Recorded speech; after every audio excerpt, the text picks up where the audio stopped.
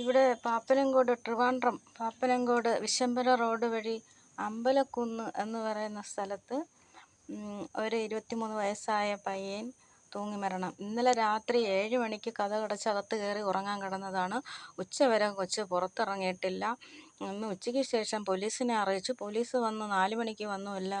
Karamana police സ്റ്റേഷനും ട്രിവാൻഡ്രത്തെ Nemom police സ്റ്റേഷനും 2 jeep നിറച്ച് പോലീസ് വന്നു. അവർ നോക്കിയിട്ട് ഒരു കോൺസ്റ്റബിളിനെ അവിടെ കാവലാക്കിയിട്ട് അവർ 5 മണിയായപ്പോൾ സ്ഥലം വിട്ടു.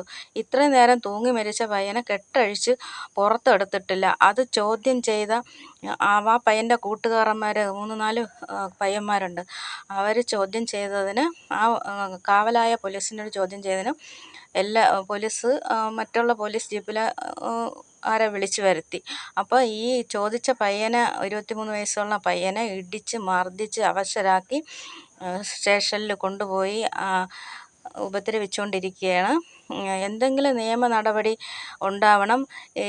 ഇന്നലെ രാത്രി ഇങ്ങനെ ചെയ്ത കൊച്ചിനെ ഈ 4 മണിക്ക് വന്നിട്ട് കെട്ടഴിച്ച് എന്തിറക്കാത്തത് എന്നാണ് ചോദ്യം ചെയ്തത്. എന്തുകൊണ്ടാണ് ഈ നിയമവ്യവസ്ഥ ഇങ്ങനെ നീളുന്നത് ആണ് ചോദ്യം ചെയ്യണത്. ഈ വീഴ്ചകളൊക്കെ ആരാണ് പരിഹരിക്കുന്നത്?